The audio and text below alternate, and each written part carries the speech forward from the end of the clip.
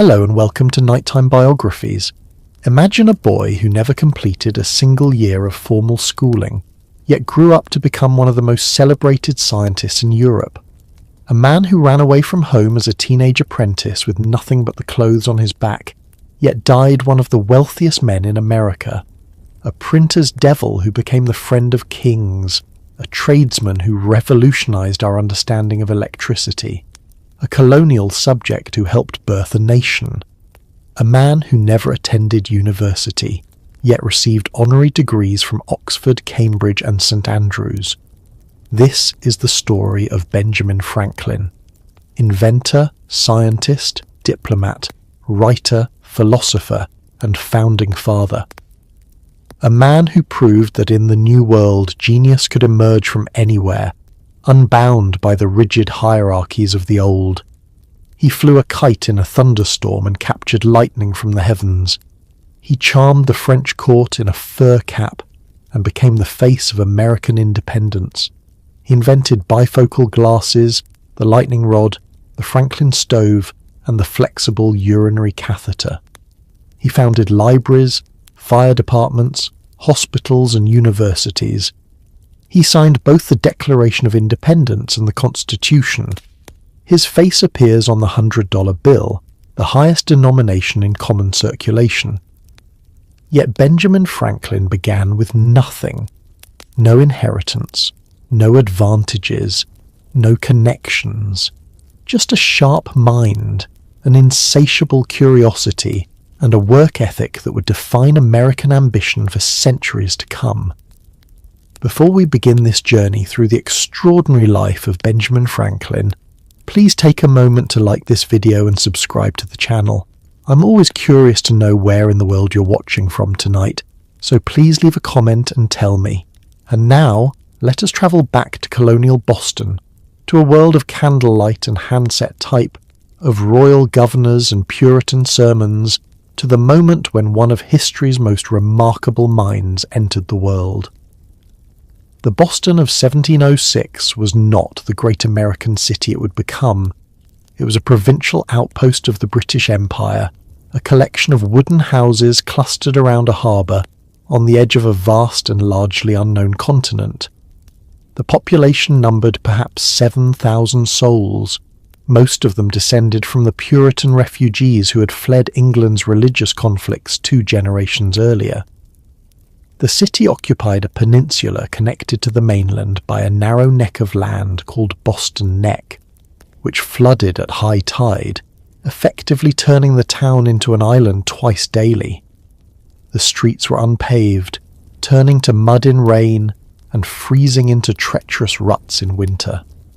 When spring came, the thaw transformed every lane into a river of muck that could swallow a man's boot to the ankle. Pigs and chickens wandered freely through these streets, serving as the city's garbage disposal system. Housewives would toss kitchen scraps directly into the road, and the animals would dispose of them within minutes. The smell of salt water mixed with wood smoke, animal waste, and the various industries that sustained colonial life. Tanneries with their acrid chemical stench. Breweries releasing the sweet smell of fermenting grain. Rope walks where hemp was twisted into the cables that rigged sailing ships. Shipyards where the sound of hammers and saws echoed from dawn to dusk. The harbour was the city's lifeblood. On any given day, dozens of vessels crowded the wharves. Coastal traders from other colonies. Ships from the Caribbean carrying molasses and sugar. Occasional vessels from England bringing manufactured goods, news from home, and royal proclamations. The waterfront teemed with sailors, merchants, labourers, and the countless tradesmen who serviced the maritime economy. Coopers making barrels, sailmakers stitching canvas, chandlers like Josiah Franklin providing the candles that would light ships' cabins and Boston's homes alike. Church bells marked the hours, calling the faithful to worship multiple times each day. Boston had more churches per capita than any other city in the colonies. Old South Church, where the Franklins worshipped. King's Chapel, built for Anglicans. the Old North Church with its distinctive steeple. Each denomination competed for souls and social influence, and the religious debates could be as fierce as any commercial rivalry. Boston was a deeply religious community, shaped by the Calvinist theology that its founders had brought from England. The Puritan faith emphasized hard work, frugality, education, and constant self-examination. Idleness was sin, luxury was suspect. Every moment of life was to be lived in awareness of God's judgment and the possibility of eternal damnation. Children were taught from infancy that they were born sinful, that only God's grace could save them, and that most of humanity was destined for hell. The Sabbath was strictly observed. No work was permitted on Sunday, not even cooking. Meals were prepared the day before and eaten cold. No travel was allowed except to and from church. No recreation was tolerated. The Sabbath began at sundown Saturday and ended at sundown Sunday, and during those 24 hours Boston fell silent except for the church bells and the voices raised in psalm singing. Education was taken seriously, at least for boys. The Puritans believed that every person should be able to read the Bible for themselves without relying on priestly interpretation. Massachusetts had passed a law in 1647 requiring every town of 50 families or more to maintain a school. Boston had several schools, including the prestigious Boston Latin School, which had been educating the colony's elite since 1635. But by 1706, the fierce religious intensity of the founding generation was beginning to soften. The colony's original charter, which had made church membership a requirement for voting, had been revoked by the English Crown in 1684. A new charter installed a royal governor and open political participation to property owners regardless of their religious affiliation. This was seen by the old guard as a catastrophic compromise, a betrayal of the Puritan vision of a city upon a hill. The merchant class was growing wealthy through trade, and with wealth came a gradual relaxation of the old strictures. Merchants' wives wore fine clothing imported from London. Their houses boasted luxuries that would have scandalized the founding generation. Furniture made from mahogany and walnut, silver tableware, painted portraits, books beyond the Bible and theological works. A new generation was coming of age, born in America, who had not experienced the persecution that drove their grandparents to cross the Atlantic. They were colonials, not refugees. They were beginning to think of themselves as Bostonians, even as Americans, not simply as English Puritans in exile. Into this world of transition, caught between Puritan piety and commercial ambition, between colonial dependence and nascent American identity, between the certainties of the past and the possibilities of the future, Benjamin Franklin was born. His father, Josiah Franklin, had arrived in Boston from England in 1683, fleeing religious persecution. Josiah came from Ecton in Northamptonshire, where the Franklin family had worked the same land as blacksmiths and farmers for generations. But Josiah was the youngest of 4 sons, and there was no inheritance for him. He learned the trade of a dyer, colouring cloth in the various shades that fashion demanded. More importantly, Josiah became a dissenter.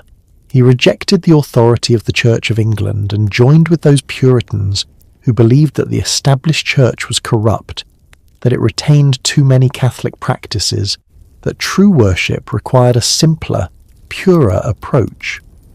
Under English law, this made him a criminal. Dissenters could be fined, imprisoned, or worse. When persecution intensified, Josiah made the momentous decision to leave England forever. He sold everything, gathered his wife and 3 children, and in 1683 boarded a ship for Massachusetts. The journey across the Atlantic took 2 months, packed into a wooden vessel that creaked and groaned in every storm. Many passengers died during such crossings. Disease, accidents, storms. the Franklin family survived. They arrived in Boston with almost nothing. Josiah discovered that his trade as a dyer was not in demand in the colonies. There were few customers who could afford the luxury of professionally dyed cloth. He had to reinvent himself, and he chose the trade of tallow chandler and soap maker. It was humble work, but necessary. Every household needed candles, and the cheapest candles were made from animal fat. Josiah would purchase or collect fat from butchers, render it in great kettles, pour it into moulds around cotton or flax wicks, and sell the finished candles. Soap was made through a similar process, mixing the rendered fat with lye made from wood ashes. The chemical reaction created a product that could clean clothes and bodies more effectively than water alone. The work was hard, the smell was terrible, and the profit margins were thin. But Josiah was industrious and frugal. He built a modest business, acquired a house on Milk Street near the Old South Church, and established himself as a respectable tradesman. His first wife and child bore him 7 children before dying in 1689, probably from complications of childbirth or one of the many diseases that claimed young women in colonial America. Josiah was left with 7 children ranging from infancy to early childhood, and he needed a wife desperately.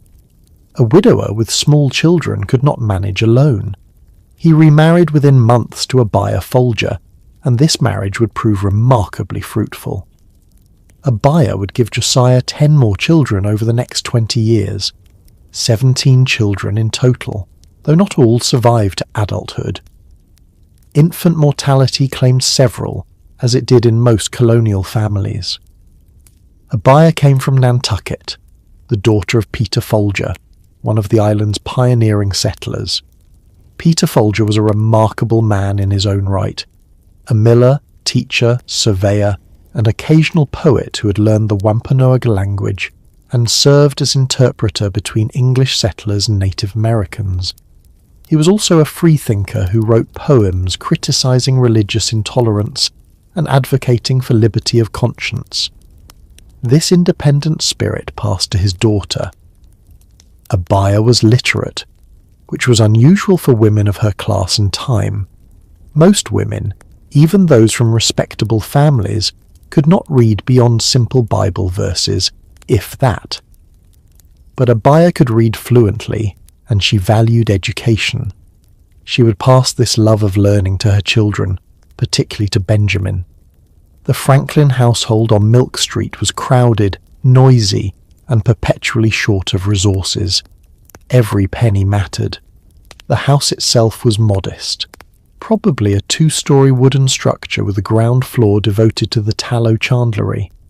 The workshop would have dominated the space, filled with kettles, moulds, racks of drying candles, and barrels of raw fat in various stages of processing. The family lived in the rooms above and behind the shop. Privacy was impossible. Children shared beds, sometimes 3 or 4 to a mattress. In winter, they slept close together for warmth, as heating fuel was expensive and carefully rationed. In summer, the crowded sleeping quarters were stifling, the heat from below rising through the floorboards, mixing with body heat and the ever-present smell of tallow. Meals were simple and frugal. Bread and butter formed the staple, cornmeal mush, salted fish. Occasionally meat, though fresh meat was a luxury. Vegetables from the small garden behind the house in season. The family would gather around a large table, Josiah at the head, Abiah managing the younger children, the older children helping serve and clean. But despite the cramped quarters and modest circumstances, the Franklin household was rich in something more valuable than material comfort, intellectual stimulation. Josiah Franklin was a thoughtful man, more intellectual than his humble trade might suggest. He had received some education in England, enough to read and write competently, to engage with ideas, to think beyond the daily requirements of his trade. He loved conversation, and often invited educated friends to dine with the family. Ministers debating points of theology, merchants discussing the latest news from London, craftsmen sharing observations about their trades. The conversation would range across topics that children in most tradesmen's households never heard: politics, philosophy, natural phenomena, moral questions. Young Benjamin would sit at the table, eating his simple meal, listening with intense concentration as the adults talked.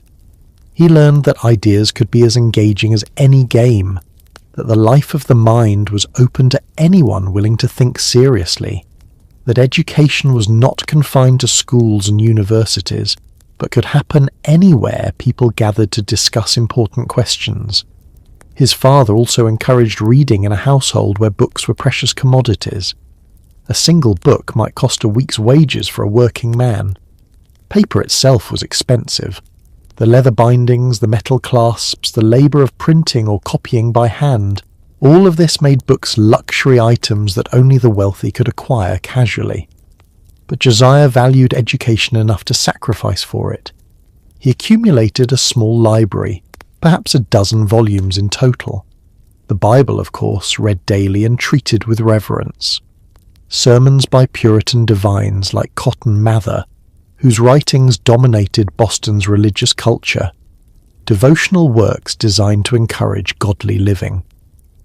But Josiah also owned Plutarch's Lives, a collection of biographies of great Greeks and Romans that would profoundly influence Benjamin's moral development. These were not Christian stories, but pagan histories, tales of men who achieved greatness through virtue, courage, and wisdom before Christ was born. The Puritans accepted such works because they demonstrated that moral truth existed across all times and cultures, that God had written his law on human hearts even before the gospel was preached. From Plutarch, the young boy learned that character was built through action, that greatness could be achieved through virtue and discipline, that the lives of the ancients offered lessons for the moderns. He read about Lycurgus, who gave Sparta its laws, about Solon, who reformed Athens, about Alexander, who conquered the known world, about Cicero, whose eloquence saved the Roman Republic, about Cato, who chose death over dishonour. These stories shaped Benjamin's imagination and his aspirations. He would return to these biographies again and again throughout his life, measuring himself against the heroes of antiquity, asking himself whether his own actions would be worthy of inclusion in such a volume.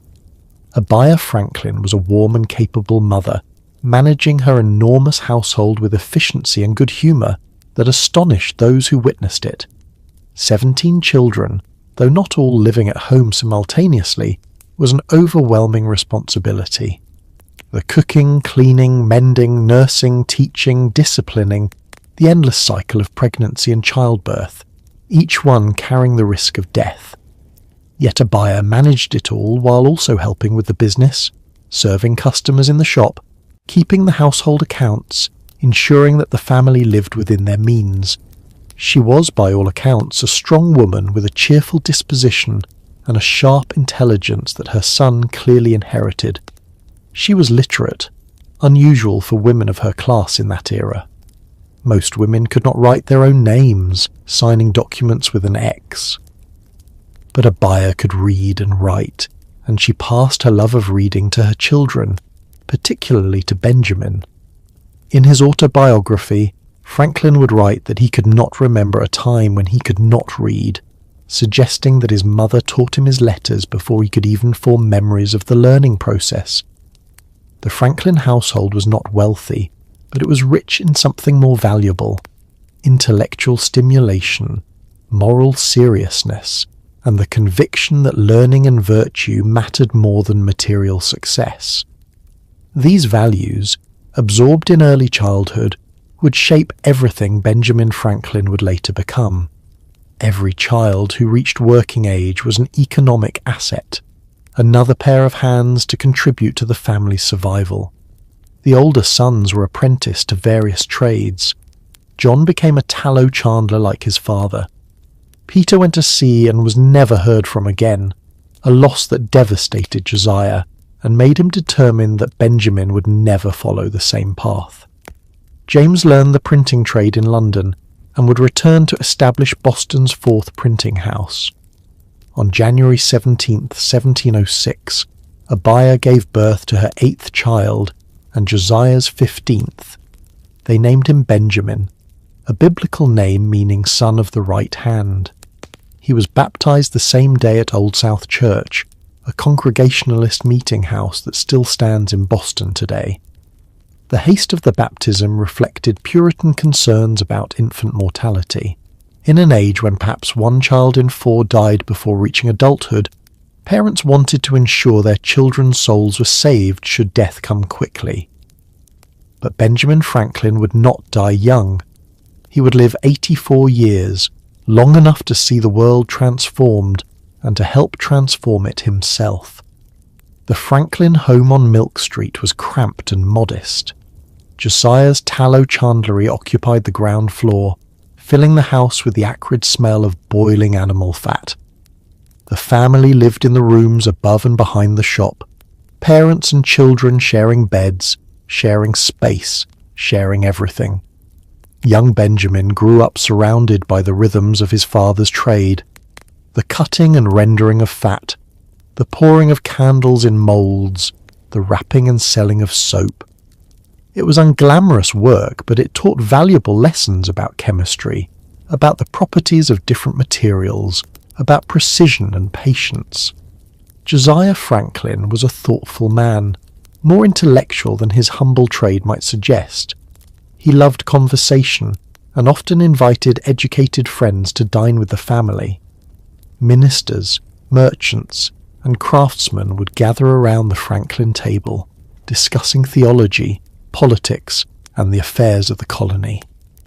Young Benjamin listened, absorbing everything, learning that ideas could be as engaging as any game.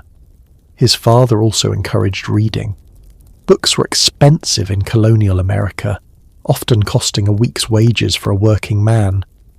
But Josiah valued education and managed to accumulate a small library, the Bible, of course, and sermons by Puritan divines. But also Plutarch's Lives, a collection of biographies of great Greeks and Romans that would profoundly influence Benjamin's moral development.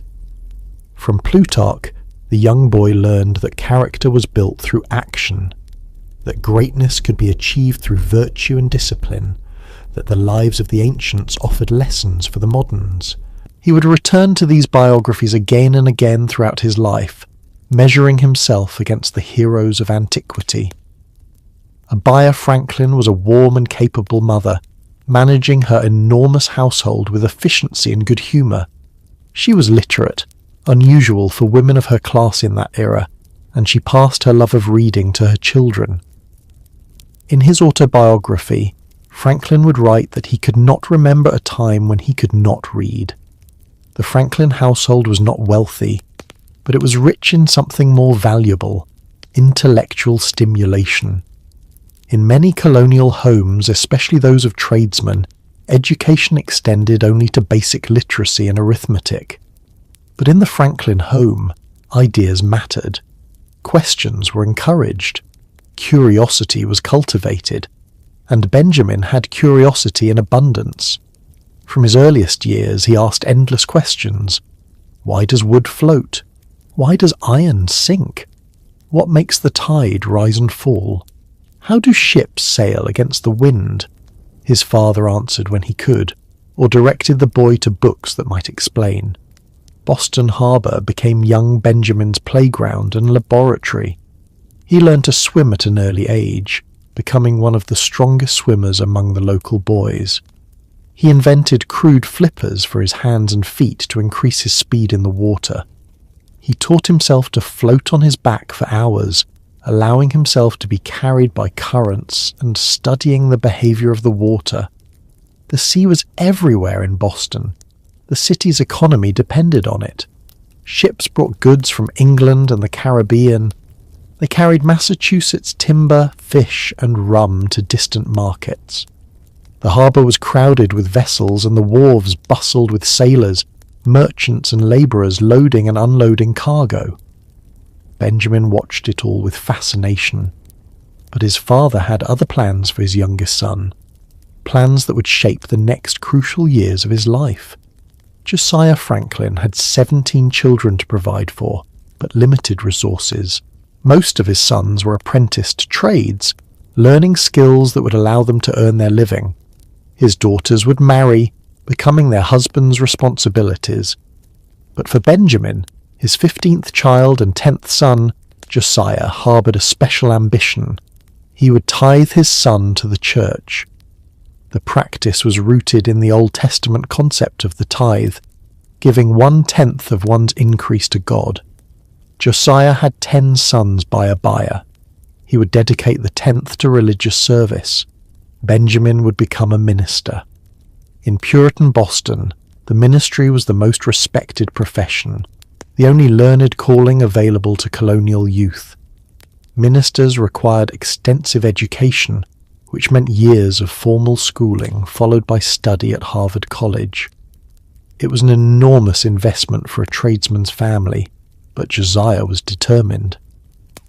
At age 8, Benjamin was enrolled in Boston Latin School, the most prestigious educational institution in the colony. Founded in 1635, it was America's first public school, designed to prepare boys for Harvard by drilling them in Latin, Greek, and classical literature. For a few bright months, Benjamin excelled. He loved learning, devoured his lessons, and rose to the head of his class with remarkable speed. His teachers praised his quickness and predicted a brilliant future. But Josiah Franklin was doing his own calculations. The cost of keeping Benjamin in school, even a public school, meant lost labour and incidental expenses the family could ill afford. And beyond Boston, Latin school loomed the far greater expense of Harvard. Tuition, room, board, books. Years of study during which Benjamin would contribute nothing to the family's support. After less than a year, Josiah withdrew his son from Boston Latin School. The family simply could not afford it. He tried a cheaper alternative, enrolling 10-year-old Benjamin in a school run by George Brownell that focused on practical subjects, writing and arithmetic rather than Latin and theology. Benjamin did well in writing, but struggled with arithmetic, a weakness that would puzzle him later given his facility with numbers. But even this modest schooling was brief. At age 10, Benjamin's formal education ended forever. He would never attend another school, never darken the door of a college, never earn a degree. Josiah brought his son into the family business. At 10 years old, Benjamin Franklin began working full-time in his father's tallow chandlery. The work was tedious and unpleasant, cutting wicks, filling moulds, tending the fires under the great kettles of bubbling fat, running errands, serving customers. The smell of rendering animal fat permeated everything, clinging to clothes and hair, impossible to wash away completely. Benjamin hated it.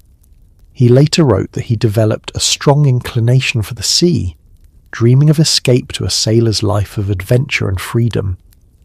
But Josiah, who had already lost one son to the ocean, refused to permit it. He was determined to find a trade that would satisfy his restless son's intelligence while keeping him safely on land. For the next year, Josiah took Benjamin on walks through Boston, visiting workshops and observing various craftsmen at their trades.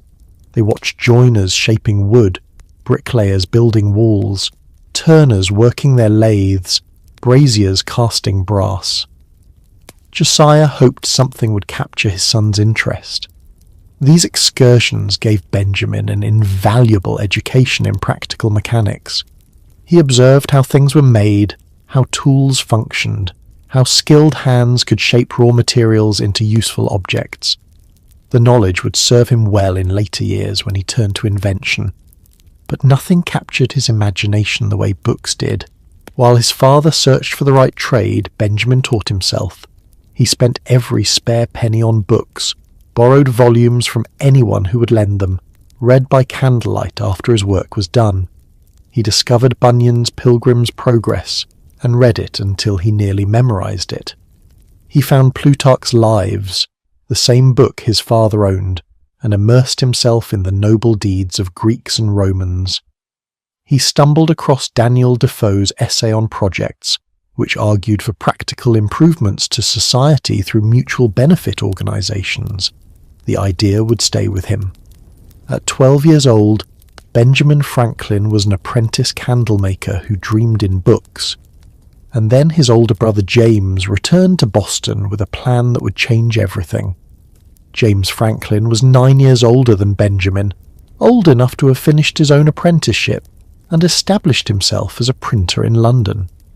In 1717 he returned to Boston and set up a printing shop, the fourth in the city. Printing was one of the most important trades in the colonial world. Printers produced everything from legal documents and government proclamations to books, pamphlets, and newspapers. A good printer needed literacy, mechanical skill, business acumen, and often served as a writer and editor as well. Josiah saw his opportunity. He convinced James to take Benjamin as an apprentice, and in 1718, 12-year-old Benjamin Franklin signed indentures that would bind him to his brother until he reached 21. 9 years of service in exchange for training in the printing trade, room and board, and one complete set of clothes at the end of his term. The contract was standard, but it would prove anything but ordinary.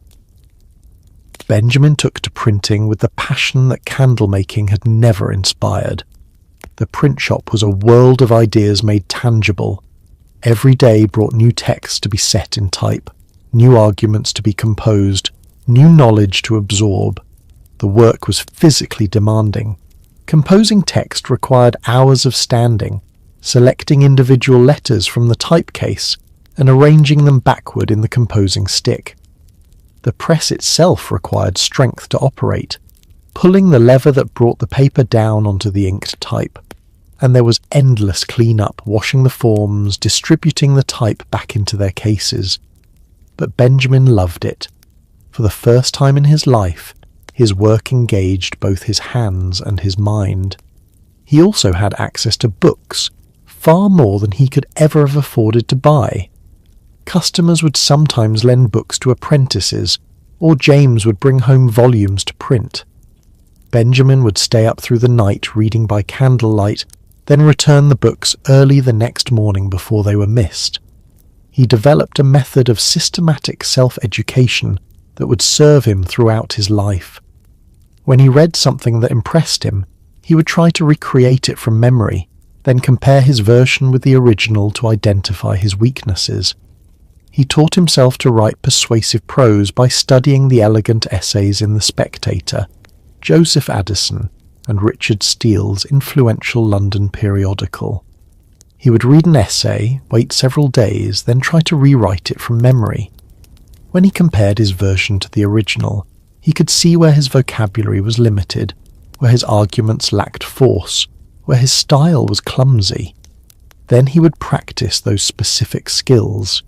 He converted essays into poetry to expand his vocabulary, then back into prose. He scrambled the arguments and practiced rearranging them to improve his logical thinking. It was a training regimen as rigorous as any athlete's, applied to the craft of writing. The relationship between the two brothers was complicated. James was the master, Benjamin the apprentice. James could command and punish. Benjamin owed obedience. But Benjamin was brighter than his brother, quicker to learn, more creative, and both of them knew it.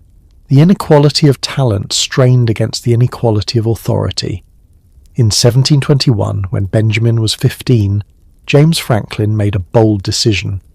He would start a newspaper, only the fourth in the American colonies. He called it the New England Courant, and it would prove controversial from its first issue. Unlike the existing Boston newspapers, which simply reprinted news from London and official proclamations from the colonial government, the New England Courant featured original essays and satirical commentary. James published pieces critical of the Puritan clergy's promotion of smallpox inoculation, mocking their support for a medical procedure that many Bostonians considered dangerous. The establishment was outraged. The religious and political authorities viewed the current as a threat to public order. How dare a mere tradesman presume to criticize his betters? But the controversy sold papers. The current became the talk of Boston. And young Benjamin watched, learning that in print a commoner's words could carry as much weight as a gentleman's, that ideas mattered more than social rank. He longed to contribute to the paper, but James dismissed his efforts.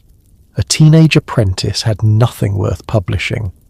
So Benjamin devised a scheme that would become one of the most famous deceptions in American literary history. Late at night, after the print shop closed, Benjamin wrote letters in a disguised hand and slipped them under the shop door. The letters were signed Silence Do Good, supposedly written by a middle-aged widow, witty and opinionated, who offered her thoughts on everything from fashion to education to the treatment of women. The Silence Do Good letters were brilliant satire, mocking the pretensions of Boston's elite while championing common sense and practical virtue. They were written in a conversational style that made them accessible and entertaining. Readers loved them. They became the most popular feature in the current. James published 14 Silence Do Good letters without knowing who wrote them. His friends would gather in the print shop to speculate about the author's identity. Some guessed it was a well-known minister. Others suspected a sophisticated lady of Boston society. No one imagined it was the teenage apprentice setting type in the corner. When Benjamin finally revealed himself as Silence Do Good, James was furious. His younger brother had made a fool of him. The power dynamic in the shop shifted perceptibly. Other apprentices and even customers began to see Benjamin differently. He was not just a clever boy, but a genuine writer. James responded with increasing harshness. He exercised his authority as master over apprentice, using physical punishment to reassert control. The beatings grew more frequent and more severe. Meanwhile, the New England Current's attacks on authority caught up with its publisher. In 1722, James wrote something that offended the colonial government so deeply that he was jailed for a month and then forbidden to publish the newspaper. The solution was to transfer the paper to Benjamin's name. At 16 years old, Benjamin Franklin became the nominal publisher of the New England Current, though everyone understood that James remained the true editor. To make the legal fiction work, James publicly cancelled Benjamin's apprenticeship indentures, but privately he forced Benjamin to sign new secret indentures, binding him to continue serving until age 21. This gave Benjamin leverage. He was now legally free, even though James still tried to treat him as an apprentice. The contradiction could not hold. The relationship between the brothers deteriorated completely. In September 1723, after one beating too many, 17-year-old Benjamin Franklin made a decision that would change his life. He would run away. In colonial America, breaking an apprenticeship was a serious offence. James made sure that no printer in Boston would hire his runaway brother. But Benjamin was determined.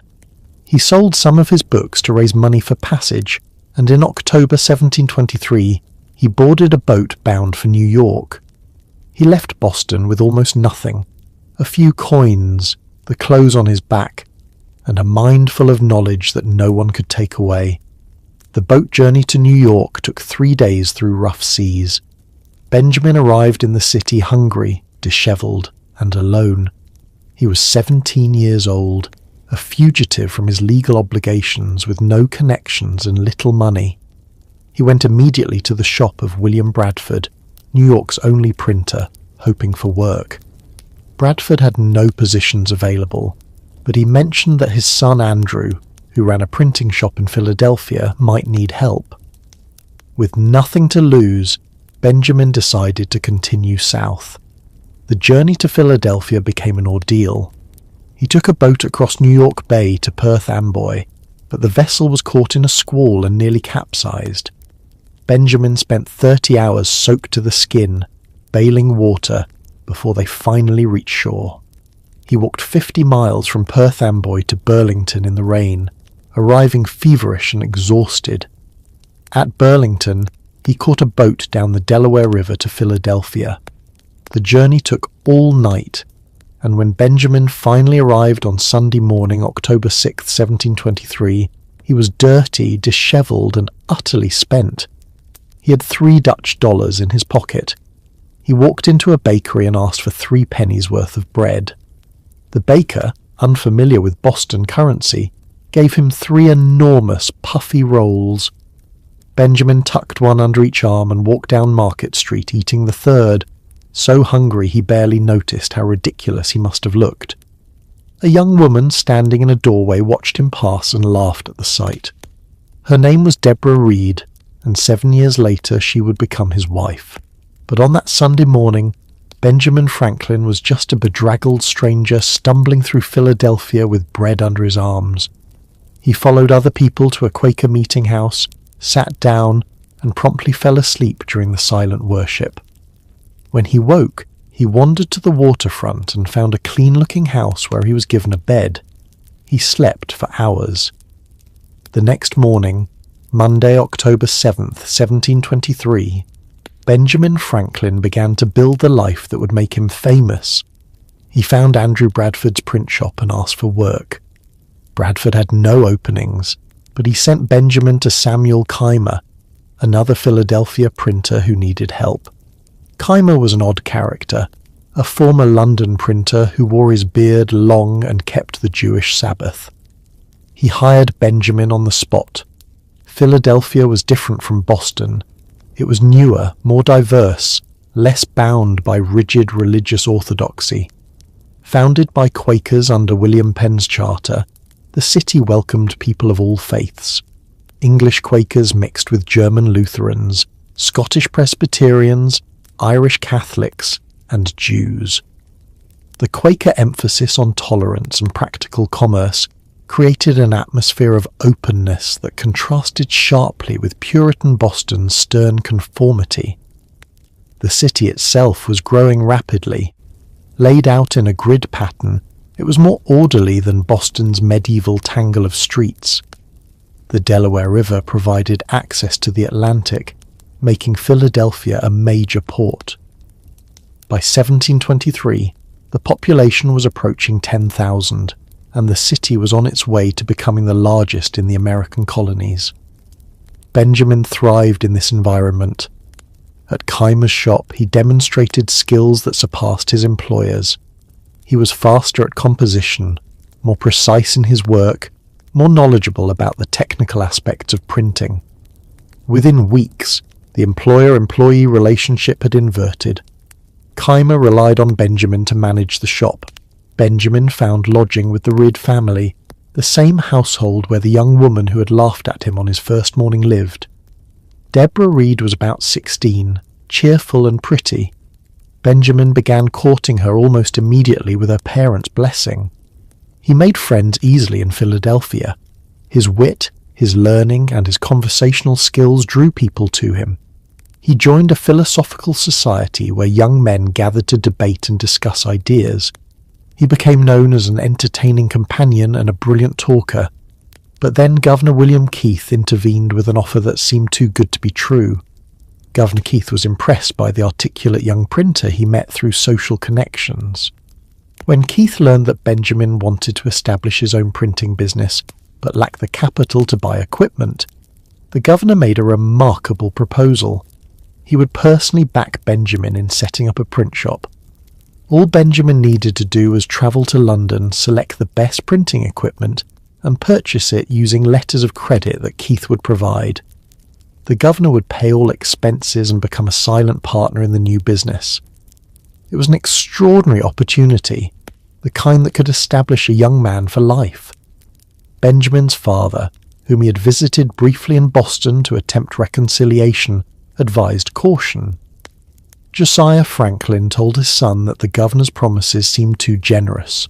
too unlikely to materialize. But Benjamin, 18 years old and ambitious, wanted to believe. He returned to Philadelphia, accepted Keith's offer, and in November 1724 boarded a ship for London. He carried letters of introduction that Governor Keith had promised to provide, or so he believed. The letters were supposed to be delivered to the ship before it sailed. The voyage across the Atlantic took weeks. As the ship approached the English coast, Benjamin asked the captain about the governor's letters. The captain said they were in a bag with other mail and would be sorted when they reached London.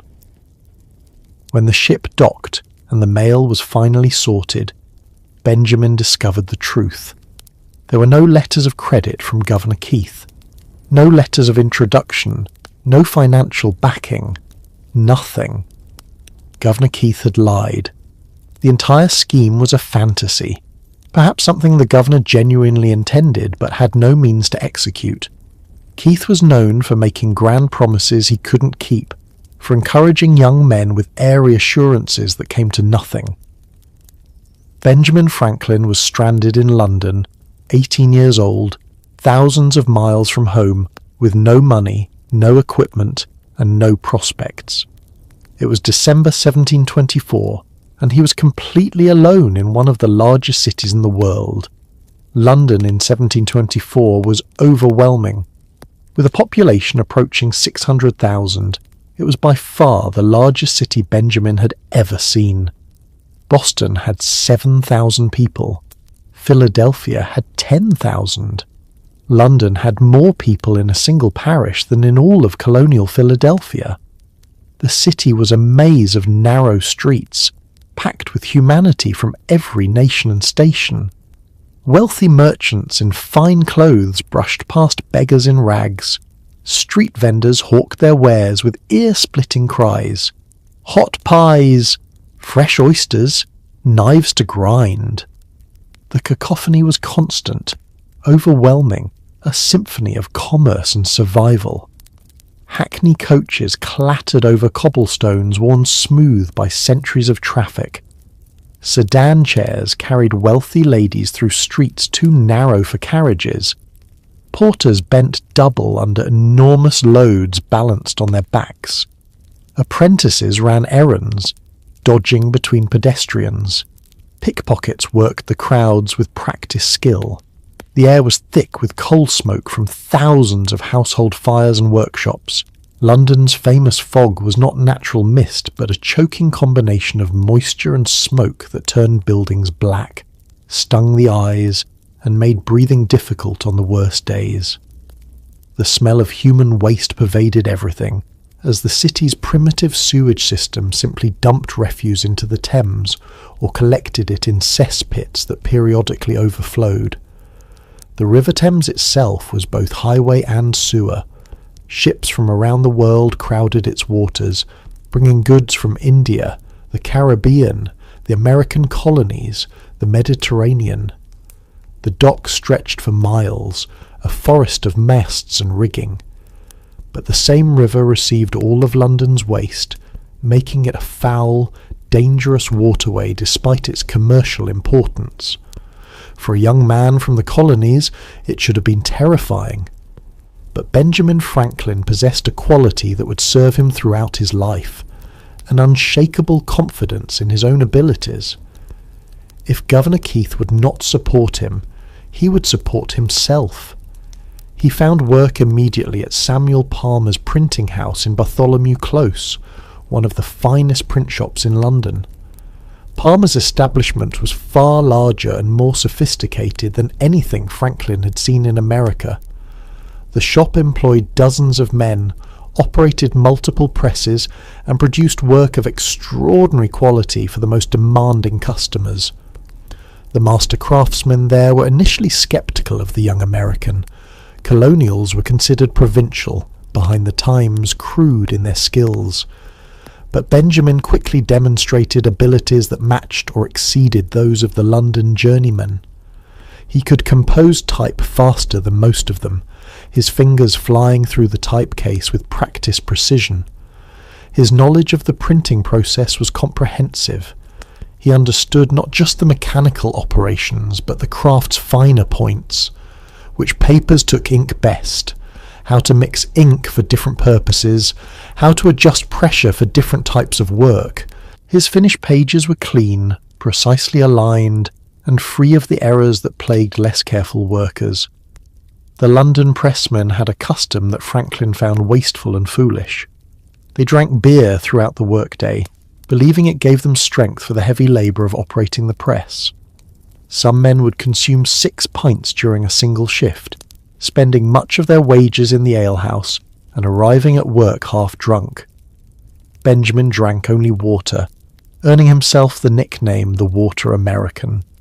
He argued that beer actually weakened the body and dulled the mind, that bread provided better energy for sustained work, that sobriety allowed for better craftsmanship. His fellow workers mocked him at first, but his superior work output gradually convinced some of them. The man who drank water could lift as much, work as long, and produce better quality than those who believed alcohol was necessary for strength. From Palmer's, he moved to an even larger establishment, Watts's printing house near Lincoln's Inn Fields. This was one of the great printing houses of London, employing 50 men and producing books for the most prestigious publishers. The shop occupied a multi-storey building, with different operations on different floors: ground floor for the heavy presses, upper floors for composing, binding and storage. Franklin worked in the press room, the most physically demanding position. Operating a hand press required significant strength and stamina. The pressman would ink the type, position the paper, pull the heavy lever that brought the platen down onto the type, lift the platen, remove the printed sheet, and repeat the process hundreds of times per day. It was exhausting work that left men's backs aching and their hands blistered. But Franklin thrived on it. He was young, strong, and motivated. He worked faster and more accurately than most of his fellow pressmen, earning good wages and the respect of his employers. He lived frugally, saving his wages with the same discipline he applied to his work. While other young journeymen spent their money in taverns and gaming houses, Franklin paid his modest rent, bought simple food, and spent what little spare money he had on books. His lodgings were in a boarding house in Little Britain, a neighbourhood near St. Paul's Cathedral. He rented a small room, barely large enough for a bed and a small table, in a house full of other working men. The landlady provided simple meals: bread, cheese, and beer for breakfast, meat and vegetables for dinner. Franklin often skipped the beer, saving the money and avoiding the drowsiness that followed drinking.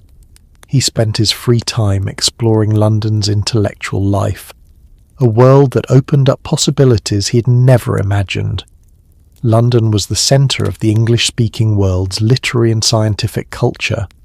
Coffee houses served as informal universities, where writers, thinkers and dilettantes gathered to read newspapers, discuss the latest publications, and debate everything from poetry to politics. Franklin became a regular at several coffee houses, particularly those near the print shops where he worked. For the price of a cup of coffee, a man could spend hours reading newspapers and journals that would have cost a week's wages to purchase. He could listen to conversations between educated men, learn about new ideas, and sometimes contribute his own thoughts.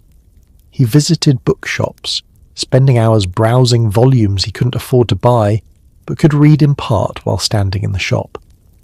Booksellers generally tolerated this practice as long as customers were respectful and didn't damage the merchandise.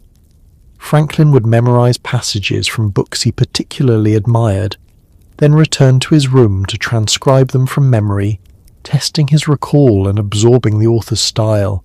He befriended other young men of intellectual ambition: James Ralph, a would-be poet who had also come from Philadelphia; Charles Osborne and James Watson, aspiring writers who shared Franklin's love of literature.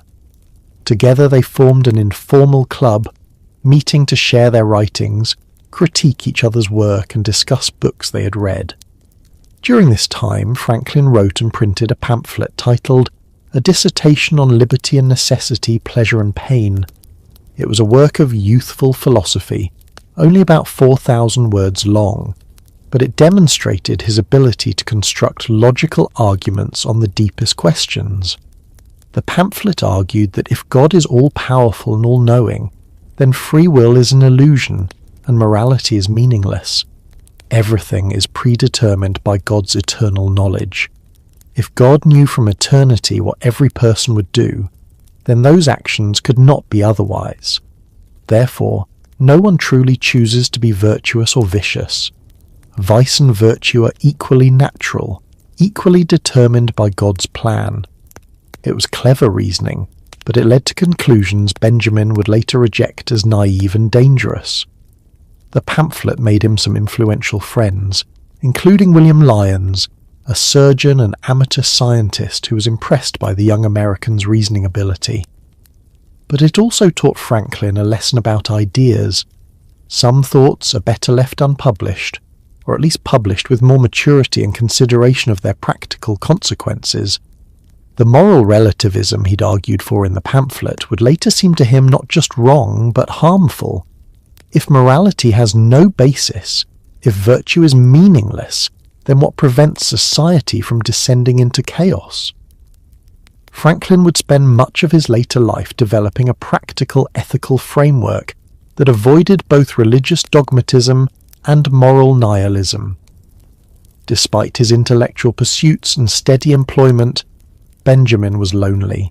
London offered endless distractions, theatres, pleasure gardens, taverns, brothels, but these cost money and ultimately left him feeling empty. He'd left behind Deborah Reed in Philadelphia with vague promises of marriage once he established himself. He'd written her often during his first months in London, pouring out his thoughts and feelings, describing the city, assuring her of his continued affection. But gradually the letters stopped. The distance was too great, the obstacles too numerous. He was an ocean away with no prospects of returning soon. Deborah was young and would have other suitors. Their understanding, never formalized, simply lapsed. Franklin later admitted that he felt guilty about this abandonment, recognizing that he had wronged her through his neglect. He met other women in London, had brief affairs that left no lasting impression in the historical record. The city offered plenty of opportunities for a young man to indulge his appetites, and Franklin was no saint. But these encounters, whatever they were, did not fill the void left by genuine connection. London also taught Franklin about the rigid class system that governed English society, a system far more inflexible than anything in the colonies. In America, at least in theory, a man could rise through talent and industry. In England, birth determined destiny almost absolutely. The aristocracy occupied a separate world, living in townhouses in Mayfair and Westminster, attended by armies of servants, moving in circles that ordinary tradesmen could never penetrate. Below them were the gentry, the wealthy merchants, the professionals. Then came the skilled tradesmen like Franklin. Below them, the unskilled labourers, the servants, the poor. Each class had its own dress, speech, manners, and expectations. Movement between classes was rare and difficult. A journeyman printer might become a master printer, and perhaps grow modestly wealthy, but he would never be a gentleman, never be received in aristocratic society, never be considered truly respectable by those above him. Franklin observed all this with his characteristic analytical detachment, noting the absurdity of a system that judged men by birth rather than merit. The experience reinforced his belief in the American experiment, where class lines, though they existed, were more porous and negotiable. By the spring of 1726, Benjamin had decided that London, magnificent as it was, would never offer him the opportunities he sought. The city was too established, too hierarchical, too bound by tradition. Here he would always be a skilled worker, respected within his trade but limited by it. In America, a man could rise. The opportunities there were real, the society more fluid. A printer who built a successful business could become a gentleman, could be respected not despite his origins but because of his achievements.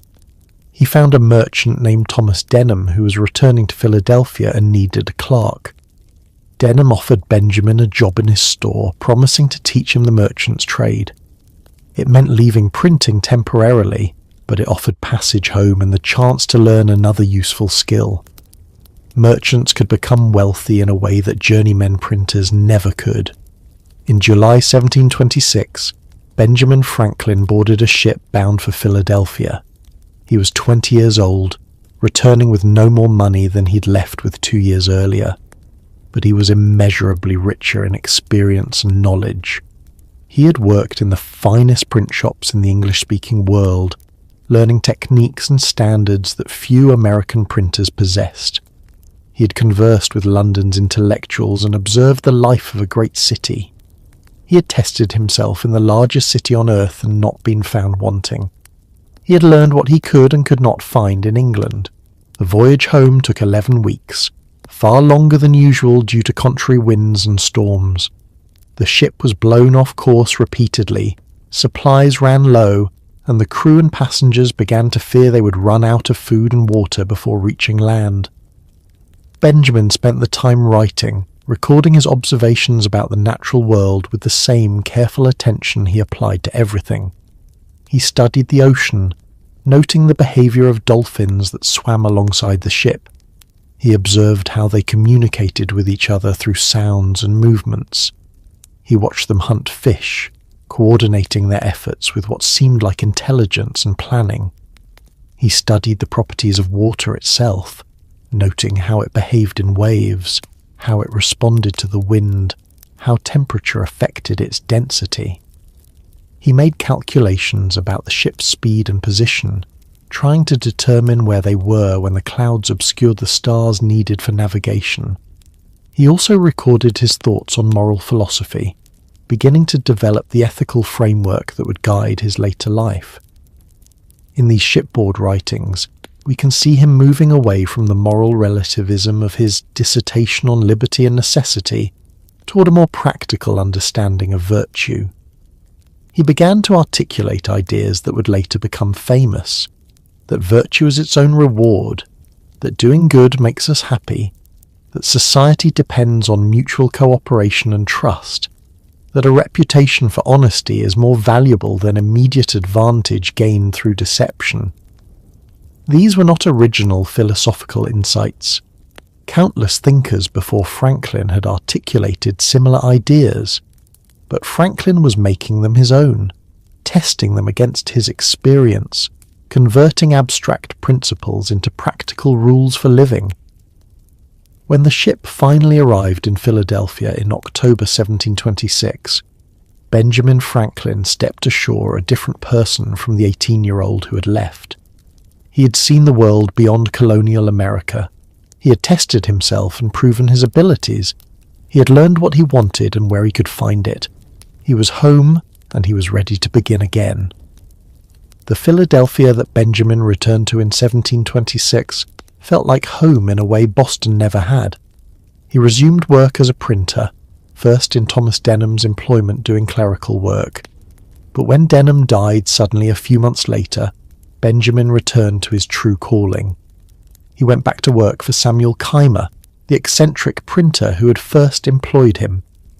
But the relationship was different now. Benjamin had worked in London's finest print shops. He had skills that far exceeded anything Keimer possessed. The arrangement could not last. Meanwhile, Benjamin discovered that his absence had cost him dearly in another way. Deborah Redd, the girl he had courted before leaving for London, had married another man, a potter named John Rogers, who turned out to be a scoundrel with a wife already living in England. Rogers fled Philadelphia to escape debts and possible bigamy charges, leaving Deborah in an impossible position. She could not remarry while Rogers lived, but she could not find him to obtain a divorce. She was married and abandoned, trapped by the legal realities of the time. Benjamin, partly responsible for her situation through his own neglect, could only watch and regret. But there would be time to address that situation later. First, he needed to establish himself. In 1727, at age 21, Benjamin made two decisions that would shape the rest of his life. First, he gathered a group of young tradesmen and artisans to form a club dedicated to mutual improvement. They called it the Junto, a Spanish word meaning join together. The Junto met every Friday evening to discuss questions of morals, politics, and natural philosophy. Each member took turns proposing topics for debate. Is it permissible to tell a small lie to spare someone's feelings? What is the best form of government? Should the wealthy be required to support the poor? The discussions were structured, earnest, and remarkably sophisticated for a group of young men in their early 20s. But the Junto was more than a debating society. Members helped each other in business, shared books, and formed connections that would last for decades. Benjamin's closest friends for the rest of his life came from the Junto. It was his first experiment in creating what he called voluntary associations, organizations of citizens working together for mutual benefit. The second crucial decision was to establish his own printing business. He formed a partnership with Hugh Meredith, a fellow worker at Keimer's shop whose father agreed to provide the capital.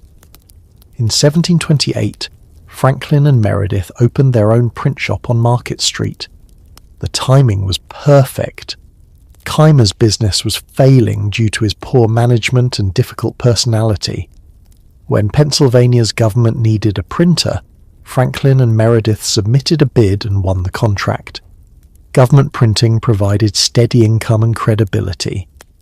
Within a year, the partnership dissolved amicably when Meredith's drinking problems became unmanageable, and he decided to pursue farming instead. Franklin bought out his partner's share with borrowed money, and at age 24 became the sole proprietor of his own printing business. He worked with relentless energy, up before dawn, working late into the night, personally hauling paper through the streets in a wheelbarrow to demonstrate his industry. While other tradesmen spent their evenings in taverns, Franklin was at his press. His shop became known for producing the highest quality work in Philadelphia, delivered on time at fair prices. In 1729, Franklin bought a failing newspaper called the Pennsylvania Gazette and transformed it into the most successful paper in the colonies. He wrote many of the articles himself, mixing news with essays, humor, and practical information. The Gazette was lively, readable, and profitable. He also began publishing pamphlets on public issues. When Pennsylvania's legislature debated whether to issue paper currency, Franklin wrote, "A modest inquiry into the nature and necessity of a paper currency," arguing persuasively for the measure.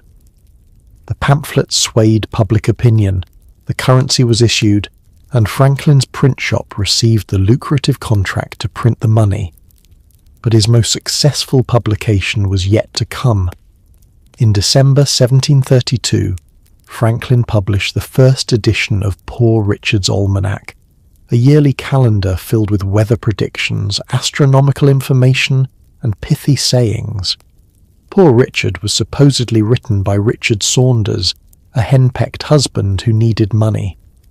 But everyone knew Franklin was the real author. The almanac featured his wit, his wisdom, and his genius for memorable phrases. Early to bed and early to rise makes a man healthy, wealthy, and wise. A penny saved is a penny earned. Fish and visitors stink after 3 days. God helps them that help themselves. 3 may keep a secret if 2 of them are dead. The sayings mixed practical advice with wry humor. They celebrated industry, thrift, and common sense, while mocking pretension and laziness. They became embedded in American culture, shaping the national character for generations. Poor Richard's Almanac sold 10,000 copies a year, an extraordinary number for colonial America. It made Franklin financially comfortable and culturally influential. He continued publishing it for 25 years, and it remained profitable throughout. By his late 20s, Benjamin Franklin had achieved remarkable success.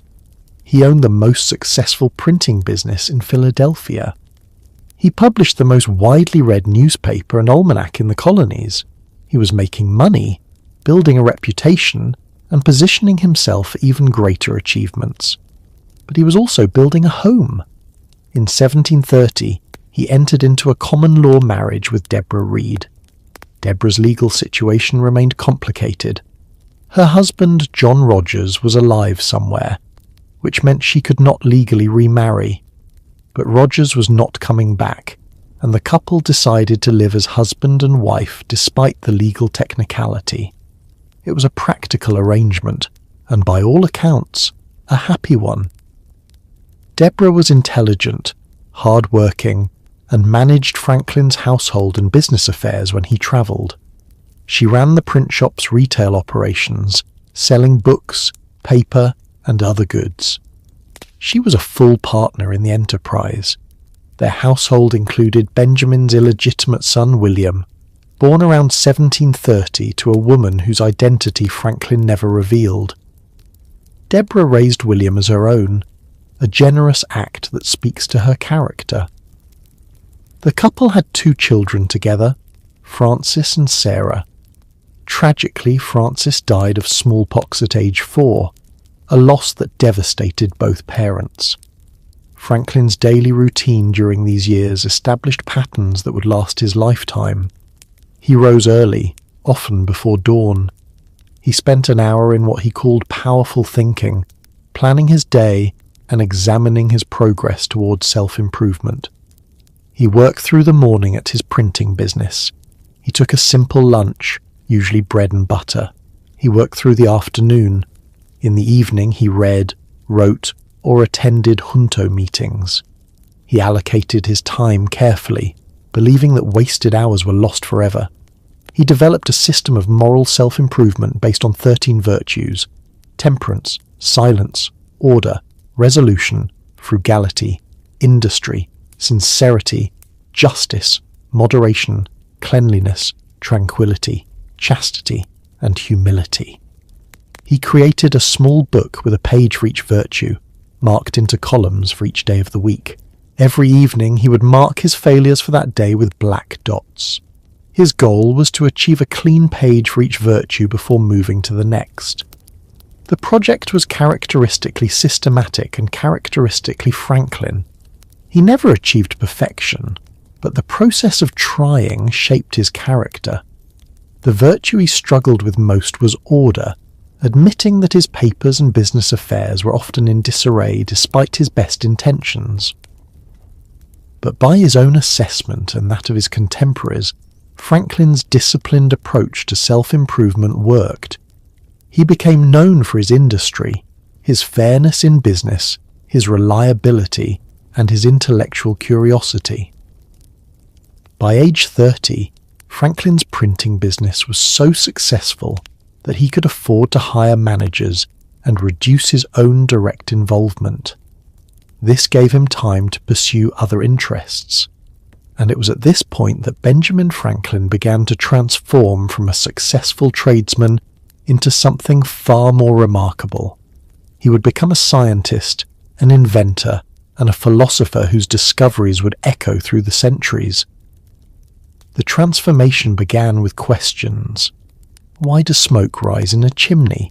Why are some fabrics warmer than others? What causes the aurora borealis? Franklin approached these questions not as abstract curiosities, but as practical problems that might have practical solutions. His first significant invention addressed a common problem in colonial homes: inefficient heating. Traditional fireplaces sent most of their heat up the chimney, while filling rooms with smoke. Franklin designed a cast-iron stove that could be placed in the middle of a room, radiating heat in all directions while venting smoke safely outside.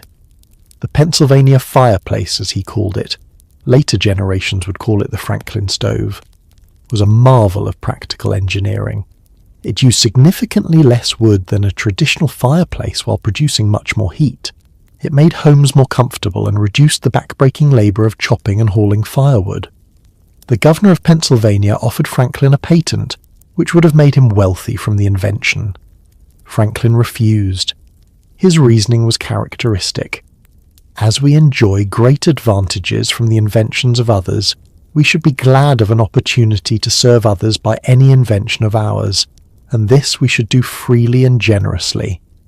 He published detailed plans for the stove so that anyone could build or improve upon it. This pattern of sharing discoveries freely rather than profiting from them would define his scientific career. But the work that would make Franklin internationally famous was still ahead. It began with a simple observation about lightning. In the early 1740s, Franklin became fascinated by electricity, then one of the most mysterious phenomena in natural philosophy. European scientists had discovered that certain materials, when rubbed, could attract small objects or produce sparks.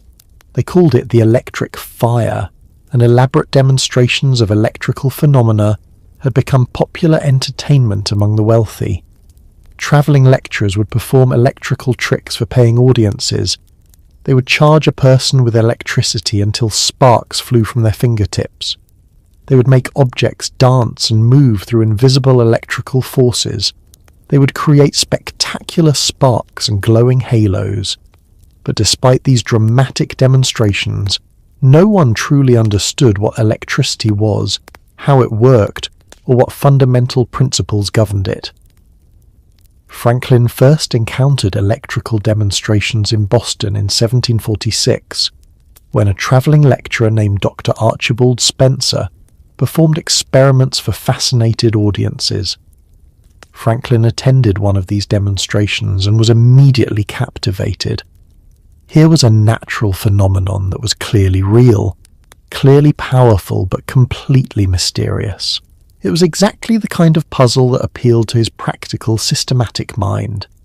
He began conducting experiments, first learning everything that others had discovered, then pushing beyond into unexplored territory. He acquired a Leyden jar from Peter Collinson, a London merchant and amateur scientist who became one of Franklin's most important correspondents. The Leyden jar was a device that could store electrical charge, essentially the first electrical capacitor. It consisted of a glass jar with metal foil coating the inside and outside surfaces, and it could deliver a powerful shock when discharged. Franklin began systematically testing its properties, conducting experiment after experiment, recording his observations with meticulous care. He would charge the jar and then test what happened when he touched various parts of it. He discovered that the charge resided not in the metal foil, but in the glass itself, in what he called the electric matter trapped between the two conducting surfaces. Through careful experimentation, Franklin made several crucial discoveries that would transform scientific understanding of electricity. He identified positive and negative electrical charges, the terms we still use today. He realized that electricity was not created when objects were rubbed together, but rather transferred from one object to another.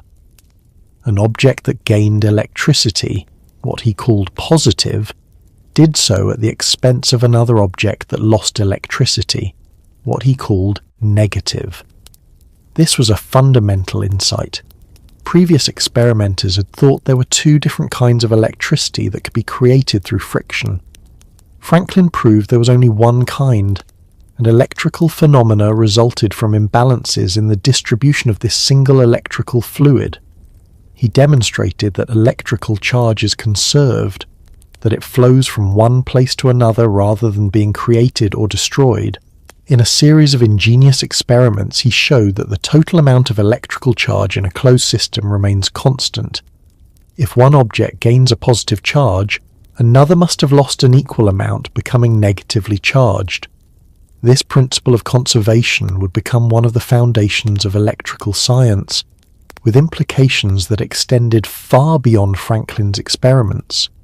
It was a discovery of truly fundamental importance, placing electricity among the natural forces that obeyed quantifiable mathematical laws.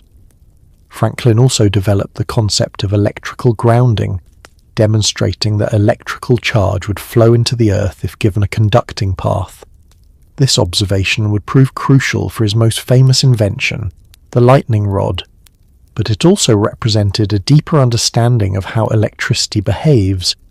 He conducted experiments showing that electrical charge concentrated at pointed objects, a phenomenon he called the power of points. When a charged object was brought near a sharp point, the electrical charge would stream off the point in what Franklin described as an electrical wind. This discovery, too, would prove essential for understanding and protecting against lightning. But the discovery that would make Franklin internationally famous came from a bold hypothesis. Lightning was electrical in nature, the same phenomenon that produced sparks when you shuffled across a carpet in winter, only on a vastly larger scale. The idea was not entirely original. Several European scientists had speculated about the possibility, but Franklin was the first to propose a practical experiment to test it definitively, and he was the first to actually conduct such a test successfully. He initially proposed using a tall pointed rod erected on a hill or tall building. During a thunderstorm, if lightning was indeed electrical, the rod should become charged and produce sparks when a grounded conductor was brought near its base. He wrote up this proposal and sent it to his London correspondents, suggesting that someone should attempt the experiment. In France, Franklin's proposal was read with great interest. In May 1752, French scientists successfully conducted the experiment at Marly-la-Ville near Paris, using a 40-foot iron rod erected in an open field. During a thunderstorm, sparks flew from the rod, proving that storm clouds were indeed electrically charged. The experiment was repeated across Europe with the same results. Franklin's hypothesis was confirmed before he had conducted his own test. But Franklin, unaware of the European experiments, was still planning his demonstration. He had intended to conduct it from the top of Christ Church's steeple in Philadelphia, which was then under construction. When construction delays prevented this approach, Franklin designed an alternative method that has become the most famous scientific experiment in American history. The experiment took place in Philadelphia in June 1752, though the exact date is uncertain. Franklin had designed a kite with a wire attached to its tip and extending about a foot above the kite. The kite was made of silk rather than paper to better withstand the wet conditions of a thunderstorm. He attached a metal key to the hemp string near the bottom, and between the key and his hand he tied a silk ribbon. Silk, being an insulator when dry, would protect him from electrical shock. Franklin and his son William went to a field on the outskirts of Philadelphia as storm clouds gathered. They raised the kite and waited. As rain began to fall, nothing happened. The hemp string was dry, and dry hemp is a poor conductor of electricity. But as the rain continued and the string became thoroughly wet, something remarkable occurred. The loose fibers of the hemp string began to stand erect, repelled by the electrical charge they were conducting. Franklin knew immediately that his hypothesis was correct. He brought his knuckle close to the metal key and drew a spark, then another. He could draw sparks repeatedly from the key as long as the storm lasted. Lightning was electricity. The heavens and the laboratory were governed by the same principles. Franklin had proved it through direct experimentation. The experiment was extraordinarily dangerous, and Franklin was fortunate not to have been killed. He later learned of several European scientists who attempted similar experiments and died from electrical shock. A Swedish scientist named Georg Wilhelm Richman was killed in 1753 while attempting to draw electricity from a thunderstorm using a rod in his home. The discharge struck him in the head and killed him instantly. Franklin's survival was partly luck and partly his careful use of the silk ribbon insulator. But the risk was real, and he later cautioned others against attempting such direct experiments with lightning. He published his findings in letters to Peter Collinson, who shared them with the Royal Society of London. These letters were compiled into a book, Experiments and Observations on Electricity, made at Philadelphia in America.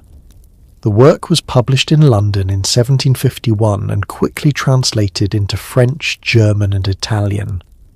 The response from the European scientific community was immediate and enthusiastic. Here was original research of the highest quality, conducted not in a well-funded European laboratory, but in a colonial print shop by a self-taught natural philosopher. Franklin's careful experimental method, his clear reasoning, his practical insights all marked him as a scientist of the first rank. The Royal Society of London awarded him the Copley Medal in 1753, their highest honour, equivalent to what would later become the Nobel Prize. The citation praised his curious experiments and observations on electricity. Yale College awarded him an honorary Master of Arts degree in 1753. Harvard followed with the same honour. The University of St. Andrews in Scotland made him a Doctor of Laws in 1759. Oxford University granted him a Doctor of Civil Law degree in 1762. The boy who never finished formal schooling was now Dr. Franklin, honoured by the most prestigious universities in the English-speaking world. He was elected to the Royal Society in 1756, joining Newton, Boyle and the other giants of scientific inquiry. But Franklin's interest in electricity was never purely theoretical.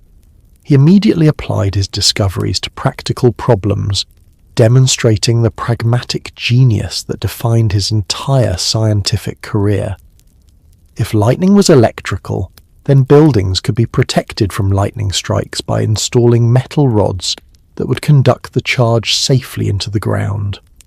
The pointed rod would attract the electrical charge from storm clouds. The metal would conduct it down the side of the building, and a wire buried in the earth would dissipate the charge harmlessly into the ground. Franklin invented the lightning rod in 1752 and published instructions for installing them. Within a few years, they were being installed on buildings throughout America and Europe. Churches, which were often the tallest structures in their communities and frequently struck by lightning, were among the first to adopt the new technology. The impact was immediate and dramatic. Buildings that would have burned were protected. The terrifying phenomenon of a lightning strike, often interpreted as divine judgment, became manageable through human ingenuity. How many structures were saved from fire by this simple invention? How many lives preserved? The number is beyond counting, but it is certainly in the thousands, perhaps tens of thousands over the centuries since Franklin's invention. There was religious opposition, of course. Some clergy argued that lightning rods were impious, an attempt to interfere with God's will. If God wanted to strike a building with lightning, who were humans to prevent it? But the practical benefit was so obvious that the objections faded quickly. Even the most pious recognized that using human reason to understand natural phenomena and protect human life was not contrary to God's purposes. He also invented bifocal glasses, allowing people to see both near and far without changing spectacles. He invented the flexible urinary catheter to help his brother John, who suffered from bladder stones. He studied ocean currents and created the first chart of the Gulf Stream, helping ships cross the Atlantic more quickly. He developed a phonetic alphabet to make English spelling more logical. He invented a glass harmonica, a musical instrument that Mozart and Beethoven would compose for. Every invention, every discovery was motivated by practical benefit. How can we make life better, safer, more comfortable, more efficient? This was Franklin's constant question. By the early 1750s, Benjamin Franklin had achieved more than most men accomplish in a full lifetime. He was financially independent, scientifically renowned, and actively involved in improving his community through the voluntary associations he had helped create. The junto had spun off numerous projects. Franklin had founded America's first subscription library in 1731, allowing members to pool resources to purchase books that no individual could afford. The Library Company of Philadelphia still exists today.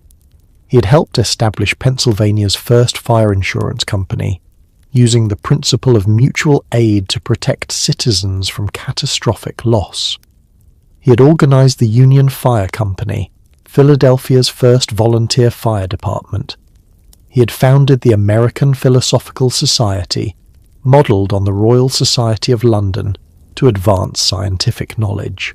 He had helped establish Pennsylvania Hospital, America's first general hospital, and the Academy of Philadelphia, which would grow into the University of Pennsylvania. In each case, Franklin's method was the same: identify a need, propose a solution, gather others to support it, and implement it through voluntary cooperation. He had a genius for organization and an ability to convince others to contribute to the common good. But as the 1750s progressed, Franklin's attention was increasingly drawn away from science and civic improvement toward politics.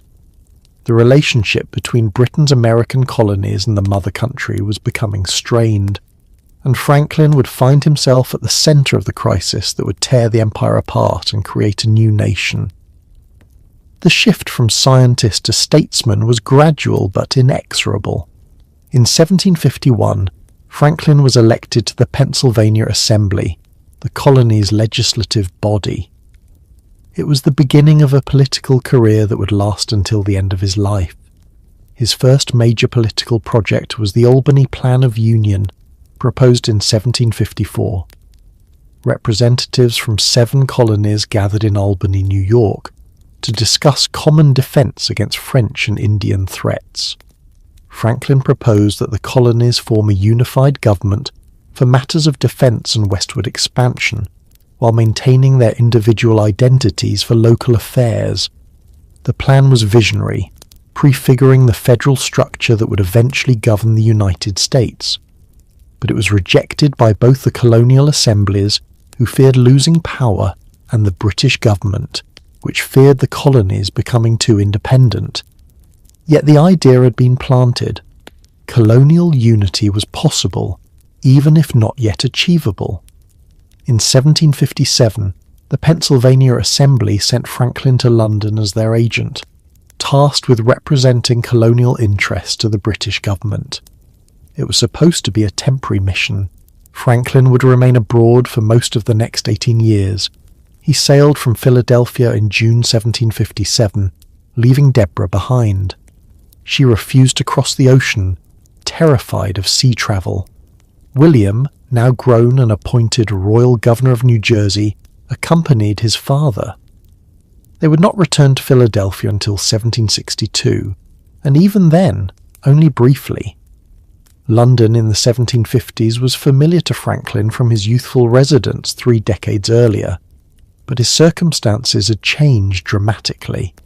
He was no longer an anonymous journeyman printer, but an internationally famous scientist and colonial representative.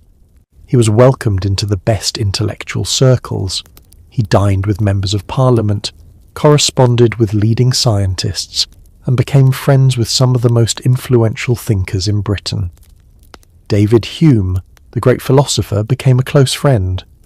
Lord Kames, Adam Smith, and Joseph Priestley all valued his company and conversation. He was inducted into the Royal Society of London and attended meetings regularly, contributing to discussions on everything from the salinity of seawater to the effectiveness of smallpox inoculation. But his primary mission was political, and here he faced increasing frustration. The British government was beginning to view the American colonies as sources of revenue rather than as self-governing entities within the empire. New taxes and regulations were being considered, designed to make the colonies pay for their own defence and contribute to Britain's imperial expenses. Franklin worked to educate British officials about American realities. The colonists, he argued, were loyal British subjects who simply wanted to be treated fairly. They would gladly contribute to the empire's well-being if asked properly, but they resented being taxed without representation in Parliament. His arguments fell on deaf ears. The British political class viewed Americans as ungrateful provincials who needed to be reminded of their subordinate status. In 1765, Parliament passed the Stamp Act, requiring that newspapers, legal documents, and other papers carry a tax stamp purchased from the British government. It was the first direct tax imposed on the colonies by Parliament, and the reaction was explosive. Americans rioted in the streets. They burned stamp distributors in effigy, destroyed property, and organised boycotts of British goods. The cry of no taxation without representation echoed through every colonial town. Franklin in London initially thought the colonists were overreacting, but when he testified before Parliament in February 1766, he delivered a masterful defence of the American position. He explained that the colonists distinguished between external taxes, tariffs on trade, and internal taxes, direct taxation of colonial economic activity. They would accept the former as regulation of trade, but viewed the latter as tyranny. His testimony was published and widely read. It helped persuade Parliament to repeal the Stamp Act, though they simultaneously passed the Declaratory Act, asserting their right to tax the colonies in all cases whatsoever. The crisis was postponed, not resolved. Franklin remained in London, hoping to bridge the growing divide between Britain and America. He continued to represent Pennsylvania, and eventually Georgia, New Jersey, and Massachusetts as well. He was America's primary voice in London, but events were moving beyond his control. The British government continued pushing for revenue from the colonies. The Townshend Acts of 1767 imposed new taxes on glass, lead, paint, paper, and tea. Again, Americans resisted. Again, boycotts were organised. Tensions escalated. In 1770, British soldiers in Boston fired on a crowd of protesters, killing 5. The Boston Massacre became a rallying cry for colonial resistance. Franklin watched with growing alarm as the situation deteriorated. He published anonymous essays in British newspapers, satirising British policy and defending American rights. He tried to use his personal connections to influence policy. But the British government was determined to assert its authority, and American colonists were equally determined to resist. The breaking point came in December 1773, when Boston radicals, disguised as Mohawk Indians, dumped 342 chests of British tea into Boston Harbour to protest the Tea Act. The Boston Tea Party was an act of defiance that the British government could not ignore. Parliament responded with the coercive acts, called the Intolerable Acts in America. Boston's port was closed. Massachusetts's charter was revoked. A military governor was appointed. British troops would be quartered in private homes if necessary. Franklin was in London when news of these measures arrived. He knew they would push the colonies toward rebellion. He made one final effort at reconciliation, proposing compromises that might satisfy both sides. But in January 1774, he was summoned before the Privy Council. What followed was one of the most humiliating experiences of Franklin's life. He was publicly accused of stealing letters from the Massachusetts governor and sending them to Boston to inflame resistance. He was called a thief and a liar. The Solicitor General, Alexander Wedderburn, delivered an hour-long speech attacking Franklin's character, his honesty, his loyalty to the crown. Franklin stood silent throughout the abuse, his face expressionless. But inside, something broke. He had spent 18 years trying to preserve the British Empire through reasonable compromise. That effort was over. In March 1775, Franklin left London and sailed for Philadelphia.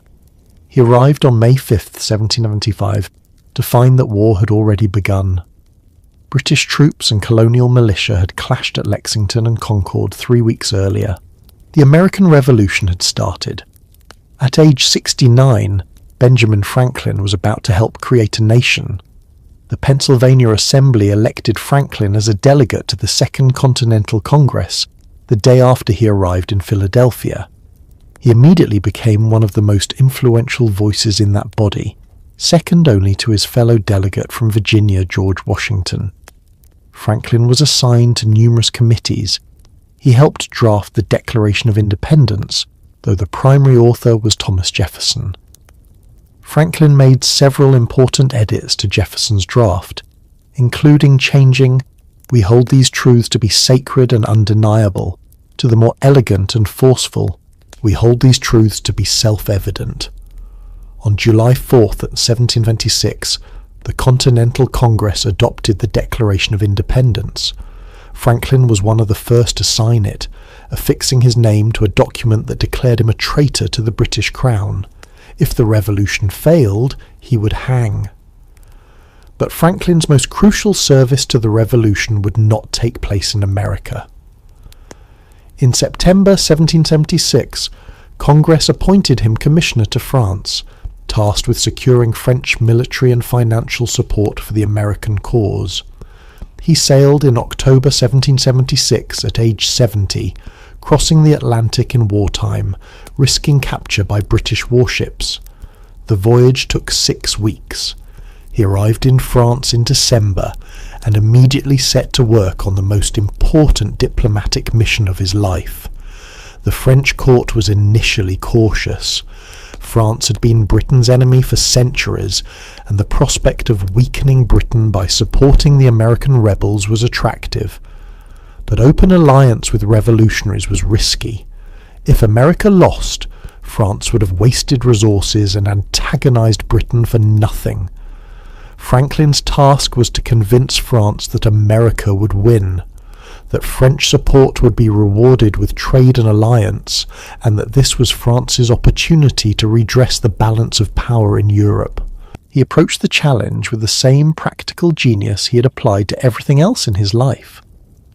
Rather than dressing like a European courtier in silk and powder, Franklin presented himself as a simple American in a plain brown coat and a fur cap. He cultivated the image of the noble rustic philosopher from the New World, wise but unpretentious, natural rather than artificial. The French adored him. Parisian society embraced this charming old man who spoke their language imperfectly but eloquently, who understood their philosophers and scientists, who was equally comfortable at Versailles and in a café. Women found him fascinating. Intellectuals sought his conversation. His image appeared on medallions, snuff boxes, and prints throughout Paris. But beneath the charm was serious diplomatic work. Franklin negotiated, lobbied, gathered intelligence, and cultivated relationships with every influential figure in French politics.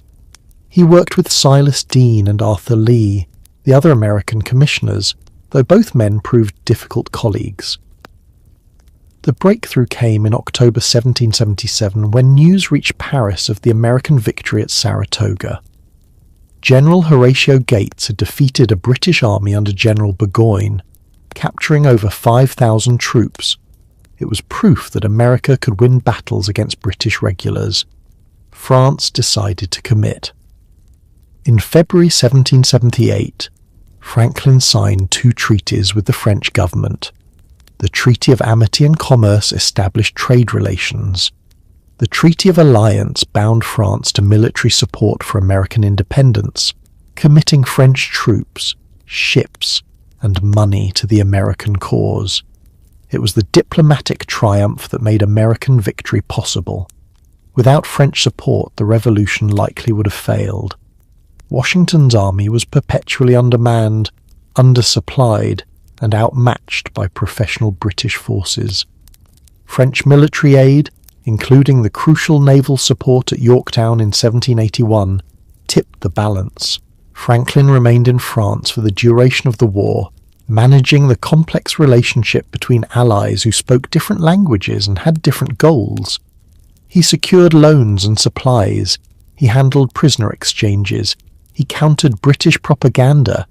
He lived in a beautiful estate in Passy, on the outskirts of Paris, where he entertained constantly and conducted his diplomatic work with grace and skill. He also found time to enjoy himself. He flirted with intelligent French women, including the brilliant Madame Helvetius, a widow whom he actually proposed to. She declined. He attended salons and scientific lectures. He published essays and invented new devices, including bifocal glasses during this period. In 1781, British General Cornwallis surrendered at Yorktown. The war was effectively over, though peace negotiations dragged on for 2 more years. Franklin was appointed one of the American Peace Commissioners, along with John Adams and John Jay. The Treaty of Paris, signed in September 1783, recognized American independence and established generous boundaries for the new nation. Franklin's diplomatic skill was crucial in securing these terms. He played Britain, France, and Spain off against each other, maximizing American gains while maintaining friendships where possible. At 77 years old, Benjamin Franklin had helped midwife a nation into existence. His diplomatic achievements rivaled any in American history. But he was tired, and he wanted to go home. He requested permission to return to America in 1785. Congress granted it reluctantly, as Franklin was irreplaceable in Paris. He said his farewells, received honors from the French court, and in July 1785 boarded a ship for Philadelphia. He would never see Europe again. The remaining 5 years of his life would be spent in the nation he had helped create, contributing to its final founding act. Franklin arrived in Philadelphia in September 1785 to a hero's welcome. Cannons fired salutes. Bells rang throughout the city. Crowds lined the streets. At 79 years old, after 9 years abroad, he was home. He moved into a house on Market Street that his daughter Sarah and her husband Richard Bache had prepared for him. Deborah had died in 1774 while Franklin was in London, a loss that haunted him with guilt for not having been there. But his daughter provided a loving household, and his grandchildren brought joy to his final years. He could have retired completely, resting on his extraordinary achievements. But retirement was not in Benjamin Franklin's nature. Almost immediately he was drawn back into public service. Pennsylvania elected him president of the Supreme Executive Council, essentially governor of the state, a position he held for 3 years. At the same time, he was dealing with painful physical ailments. He suffered from gout, kidney stones, and other afflictions of old age. The kidney stones were particularly agonizing, and he began using laudanum, opium dissolved in alcohol, to manage the pain. Yet in 1787, when Pennsylvania selected delegates to the Constitutional Convention in Philadelphia, Franklin was chosen despite his age and infirmity. He was the oldest delegate present, nearly twice the age of most attendees. The Constitutional Convention met from May to September 1787, tasked with creating a new framework for the federal government. The Articles of Confederation, under which the nation had operated since independence, were proving inadequate. The federal government was too weak to govern effectively. Franklin attended nearly every session, though he said little during the debates. His physical condition made prolonged speaking difficult, and his voice, never strong, had weakened with age. But when he did speak, everyone listened. The convention nearly collapsed several times over disputes between large and small states, slave and free states, commercial and agricultural interests. The delegates were brilliant men with strong opinions, and compromise seemed impossible. At the crucial moment, when the convention appeared ready to break up without agreement, Franklin delivered a speech that he had written out and asked James Wilson to read on his behalf. The speech was both humble and wise, acknowledging that no one had all the answers, that this constitution would be imperfect, but that it was the best compromise possible. I confess that there are several parts of this Constitution which I do not at present approve, Franklin admitted, but I am not sure I shall never approve them. For having lived long, I've experienced many instances of being obliged by better information or fuller consideration to change opinions even on important subjects, which I once thought right, but found to be otherwise. He urged the delegates to doubt their own infallibility and support the document despite its flaws. His speech helped break the deadlock. Delegates who had been intransigent reconsidered. The Constitution was completed and signed on September 17th, 1787. Franklin was one of the signers. His shaking hand guided across the page. He was now the only person to have signed all 4 founding documents of the United States: the Declaration of Independence, the Treaty of Alliance with France, the Treaty of Paris, and the Constitution. As he signed, he looked at the sun painted on the back of the president's chair and remarked to those nearby that throughout the convention he had wondered whether it was a rising or setting sun. But now at length I have the happiness to know that it is a rising and not a setting sun. It was a characteristically optimistic observation from a man who had seen America rise from colonial dependence to independent nation. Franklin's final years were spent largely at home, surrounded by family and visited by admirers from around the world. His house became a pilgrimage site for those who wanted to meet the great philosopher and statesman. He continued writing, working on his autobiography in sections when strength permitted. The autobiography of Benjamin Franklin, though never completed, would become one of the most influential books in American history, teaching generations the value of self-improvement, industry, and practical wisdom. He also turned his attention to one final moral crusade. Having owned slaves earlier in his life, Franklin had gradually come to see slavery as a moral abomination. In his final years, he became president of the Pennsylvania Society for promoting the abolition of slavery. In February 1790, just weeks before his death, he signed a petition to Congress calling for the abolition of slavery. It was one of his last public acts, a reminder that even in his 80s, Franklin was still fighting for human freedom and dignity. By early 1790, it was clear that Franklin's body was failing. The kidney stones caused constant agony. He could barely walk. He spent most of his time in bed, reading, receiving visitors, and managing his pain with increasing doses of laudanum. On April 17, 1790, Benjamin Franklin died in his bed at home, surrounded by family. He was 84 years old. The cause was likely complications from the kidney stones and general organ failure. News of his death spread quickly through Philadelphia, and then across the nation and to Europe. The tributes were extraordinary. The French National Assembly declared 3 days of mourning, the first time that body had honoured a foreigner. The American Congress wore mourning badges for a month. His funeral, held on April 21st, was the largest Philadelphia had ever seen. 20,000 people, half the city's population, attended. They followed the casket to Christ Church Burial Ground, where Franklin was laid to rest beside Deborah. His grave marker is simple, as he requested in his will: Benjamin and Deborah Franklin. No titles, no honours, just their names. Visitors still leave pennies on the grave, honouring poor Richard's wisdom about thrift. But Franklin had also written his own epitaph decades earlier, a playful meditation on his life and beliefs.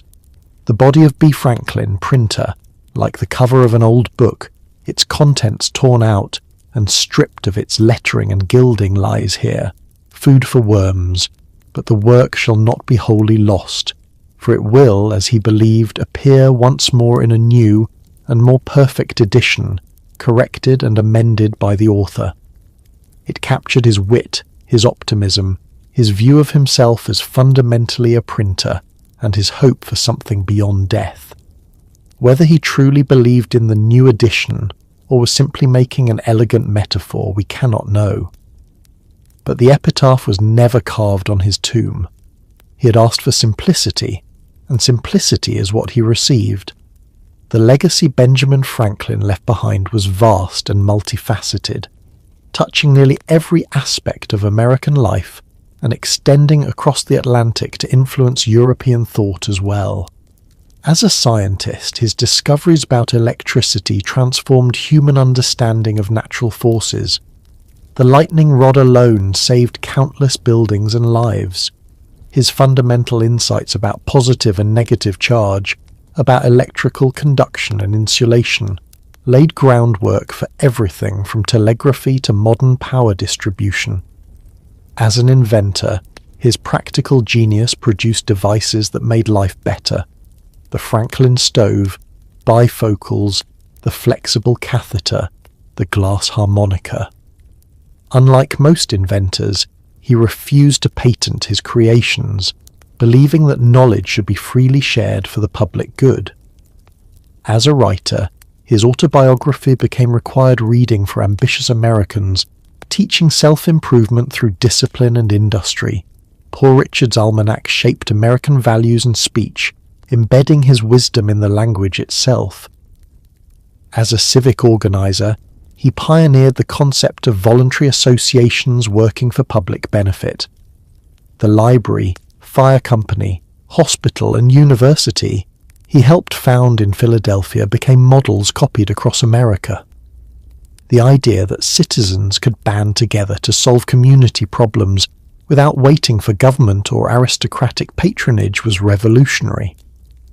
As a diplomat, he secured the French alliance that made American independence possible. His Treaty of Paris established generous boundaries for the new nation. His work in France demonstrated that Americans could hold their own among European sophisticates.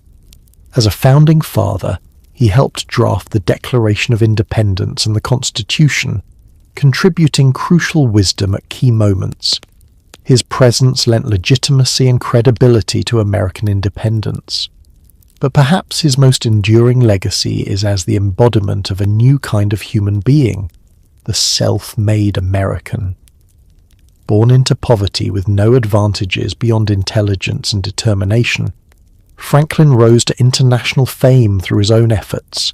He proved that in the New World, talent mattered more than birth, that practical wisdom could rival classical education, that a tradesman could become a gentleman through virtue rather than inheritance. The values he championed, industry, frugality, self-improvement, civic responsibility, practical innovation, intellectual curiosity, became core elements of American identity. The American dream owes much to Franklin's example. He was not perfect. He could be vain, calculating, and manipulative. He neglected his wife, probably fathered an illegitimate child, and owned slaves for part of his life. His relationship with his son William, who remained loyal to Britain during the Revolution, ended in permanent estrangement. But his achievements so vastly outweighed his flaws that even his critics acknowledged his greatness. John Adams, who often disagreed with Franklin and resented his popularity, nevertheless called him a great and good man. Today, Franklin's presence remains inescapable in American life. His face appears on the $100 bill. His name graces streets, schools, and institutions across the nation. The organizations he founded, the Library Company, the American Philosophical Society, the University of Pennsylvania, continue their work. His inventions remain in use. His words are quoted daily, often by people who don't realize they're quoting him. Walk into any public library in America, and you're experiencing Franklin's legacy. The concept of free public libraries supported by citizens for mutual benefit was his innovation. Every fire department staffed by volunteers traces back to his Union Fire Company. Every civic organization working to improve communities follows the model he established with the Junto. Scientists studying electricity stand on foundations he laid. Diplomats practicing practical statecraft can look to his example. Writers seeking clear, vigorous prose can study his style. Anyone attempting self-improvement can learn from his methodical approach. Benjamin Franklin never climbed a mountain, but he drew lightning from the sky. He never commanded armies, but he helped win a war. He never held supreme power, but he helped create a nation. The runaway apprentice became one of the most influential human beings in history, and he did it all through curiosity, discipline, and the conviction that ordinary people working together could accomplish extraordinary things. Consider the journey we've traced tonight, from a tallow chandler's shop in Boston to the salons of Paris, from a teenage runaway with bread under his arms to the friend of kings and philosophers, from Poor Richard to the sage of the American Revolution. It was a life that spanned nearly the entire 18th century, that witnessed and helped create the transformation from colonial dependence to national independence. Benjamin Franklin proved that genius could emerge from anywhere, that education could be self-directed, that practical wisdom could rival academic learning, that a tradesman could become a statesman, and that one person's curiosity and effort could genuinely change the world. He was the first American celebrity, the first American scientist of international renown, and in many ways the first recognizably modern American. The values he embodied, pragmatism, innovation, self-reliance, civic duty, and the belief that tomorrow can be better than today, remains central to American identity. 230 years after his death, Benjamin Franklin's light still illuminates. His life reminds us that circumstances of birth need not determine destiny, that knowledge pursued with discipline opens doors, that service to community enriches individual lives, and that one person committed to making things better actually can. The boy who loved to read by candlelight brought electricity to the world. The apprentice who ran away with nothing built institutions that endure. The tradesman who never attended university became a doctor of philosophy in the eyes of the world's finest institutions. If you've journeyed with me through this remarkable story, please take a moment to like this video and subscribe to the channel. Tell me in the comments what aspect of Franklin's life struck you most. I read every comment and always love hearing your thoughts. Until our next journey into the past, I wish you a calm and peaceful night. Benjamin Franklin's sun was indeed rising, not setting, and in the nation he helped create, in the values he championed, in the institutions he founded, that sun still shines. Good night.